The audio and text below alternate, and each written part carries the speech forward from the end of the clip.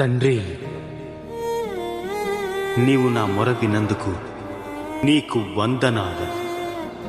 నీవు నా ప్రార్థన వింటావని నాకు స్పష్టంగా తెలుసు, కానీ నా చుట్టూ ఉన్న వారి కోసం ఇది చెప్పాను. లాజరు, బయటికి రా.